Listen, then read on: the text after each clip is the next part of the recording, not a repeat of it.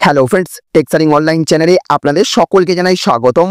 আজ ইতিমধ্যেই কেন্দ্রের মোদী সরকার এবং রাজ্যের মমতা সরকারের তরফ থেকে বেরিয়ে আসলো আটটি বিরাট বড় খবর, যা কিনা দেশের সহ রাজ্যের প্রত্যেক বাসিন্দার জন্য জানা অত্যন্ত দরকার। তাই চলুন বেশি সময় নষ্ট না করে আমরা প্রত্যেকটি খবর বিস্তারিতভাবে জেনে নিই। আর তার আগে আপনাদের কাছে ছোট্ট একটা অনুরোধ, অবশ্যই ভিডিওটিকে লাইক করবেন, সঙ্গে সঙ্গে সকলের কাছে ভিডিওটি দেখার পর শেয়ার করবেন। আর যদি আপনি আমাদের চ্যানেলে নতুন হয়ে থাকেন তাহলে চ্যানেলটিকে সাবস্ক্রাইব করবেন।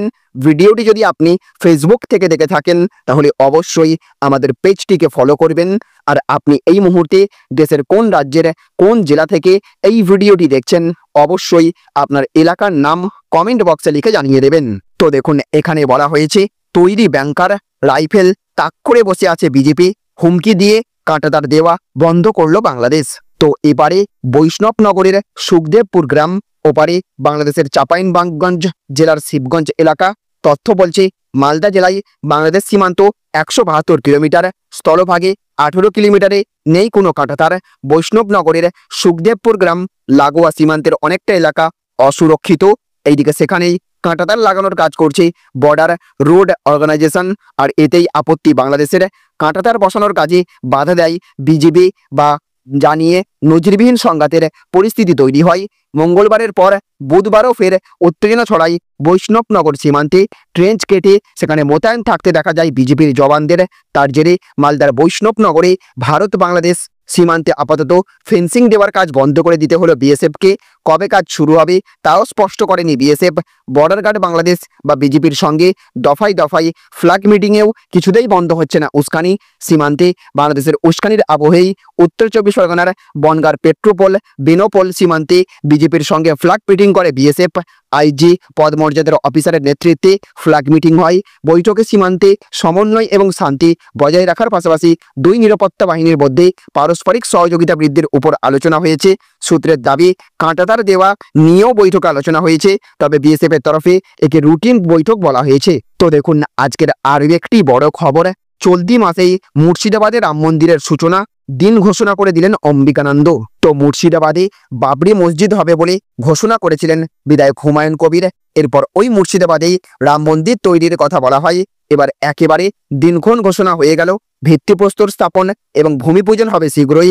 আমন্ত্রণ জানানো হবে হুমায়ুন কবিরকে। কংগ্রেস নেতা অধীর চৌধুরীকেও ওই অনুষ্ঠানে আমন্ত্রণ করতে চায় কমিটি। মুর্শিদাবাদের বহরমপুরে গিয়ে সাংবাদিক বৈঠক করে এই কথা জানিয়েছেন অম্বিকানন্দ মহারাজ। তিনি জানিয়েছেন আগামী 22শে জানুয়ারি রাম মন্দিরের ভিত্তিপ্রস্তর স্থাপন হবে। জাতি ধর্ম বর্ণ নির্বিশেষে সবাইকে আমন্ত্রণ জানাচ্ছেন তিনি। প্রত্যেকের সমর্থন এবং সাহায্যের জন্য তিনি আহ্বান জানিয়েছেন। অম্বিকানন্দ জানিয়েছেন ভরতপুরের তৃণমূল বিধায়ক হুমায়ুন কবির আমন্ত্রিত থাকবেন ওই অনুষ্ঠানে। আমন্ত্রণ জানানো হবে অধীর চৌধুরীকেও। তিনি বলেন, বামপন্থীদের মধ্যে যারা ধর্মের আফিম না খোঁজে তাদের আমন্ত্রণ করা হবে। প্রধানমন্ত্রী নরেন্দ্র মোদী এবং দেশের সব রাজ্যের মুখ্যমন্ত্রীদের আমন্ত্রণ জানানো হবে বলেও জানিয়েছেন তিনি। অম্বিকানন্দ আরও জানিয়েছেন, শুধুমাত্র মন্দির নয়, রাম মন্দির ঘিরে হাসপাতাল, শিক্ষা প্রতিষ্ঠান, অনাথ আশ্রমও তৈরি করা হবে। এলাকার উন্নয়নে বিভিন্ন ক্ষেত্রে কর্মসংস্থান হবে। তিনি জানিয়েছেন মুর্শিদাবাদ অত্যন্ত স্পর্শকাতর এলাকা।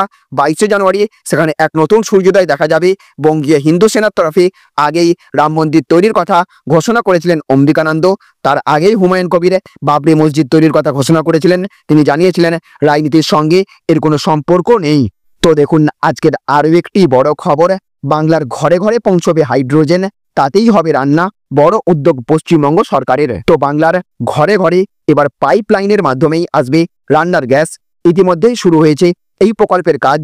রাজ্যের বিভিন্ন জায়গায় কেন্দ্রীয় সরকারের ঊর্জা গঙ্গা প্রকল্প চালু হয়েছে। এই প্রকল্পের অধীনে পাইপে করে রান্নার গ্যাস পৌঁছে দেওয়া হচ্ছে গৃহস্থের বাড়িতেও। এইদিকে এরই মধ্যে এবার বাংলার মানুষদের জন্য স্বচ্ছ জ্বালানি হিসেবে পাইপের মাধ্যমে হাইড্রোজেন পাঠানোর চিন্তাভাবনা করছে রাজ্য সরকার। রাজ্যের শিল্পমন্ত্রী শশী পাঁজা এই প্রসঙ্গে জানিয়েছেন, রাজ্য সরকার 2023 সালে গ্রিন হাইড্রোজেন সংক্রান্ত একটি নীতি প্রণয়ন করেছিল। সেই নীতি মেনেই এবার বাড়ি বাড়ি পাইপের মাধ্যমে স্বচ্ছ জ্বালানি হিসেবে হাইড্রোজেন পাঠানোর পরিকল্পনা করছে রাজ্য সরকার। চলতি সপ্তাহের ইন্ডিয়ান চেম্বারে আয়োজিত একটি অনুষ্ঠানে হাজির হয়েছিলেন শিল্পমন্ত্রী শশী পাঁজা।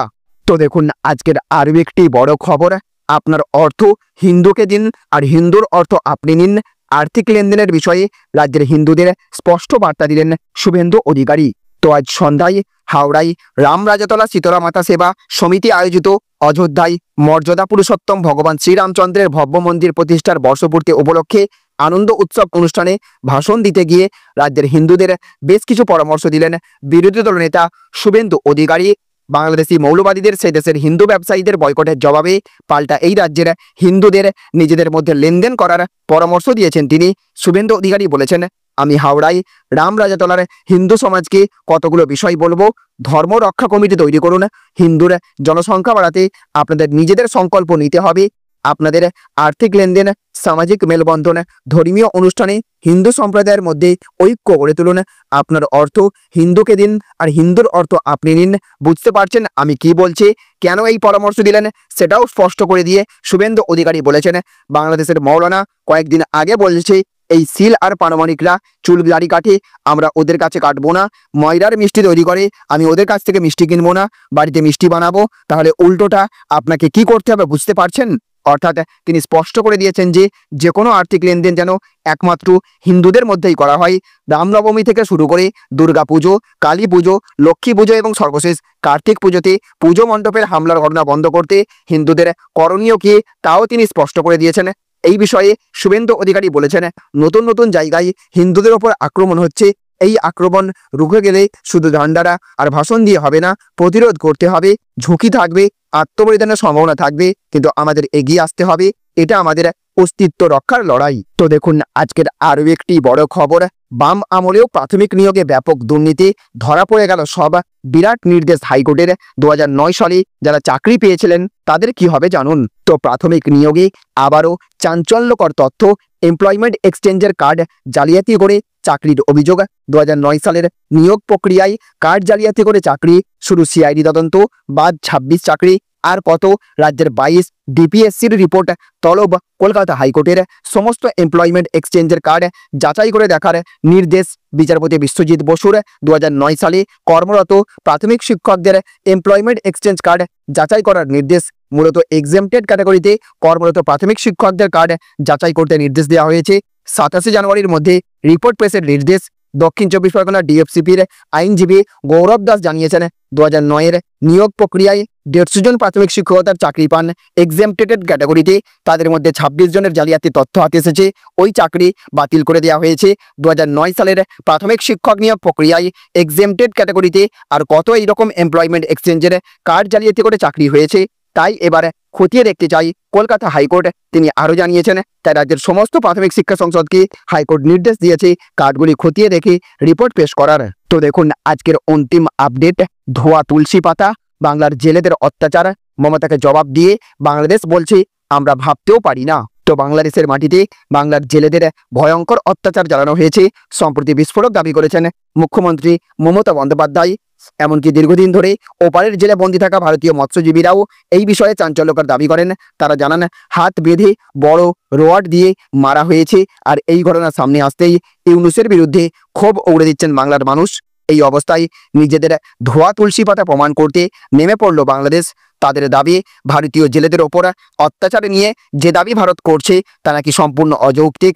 এহেন অভিযোগে তারা হতাশ।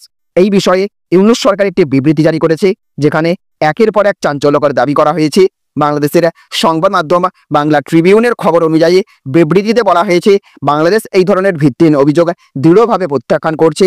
শুধু তাই নয়, এই ধরনের অভিযোগ নাকি দুই দেশ অর্থাৎ ভারত এবং বাংলাদেশের মধ্যে আস্থা, সৌহার্দ্য এবং পারস্পরিক শ্রদ্ধাবোধকে ক্ষুণ্ণ করবে বলেও দাবি করা হয়েছে ওই বিবৃতিতে।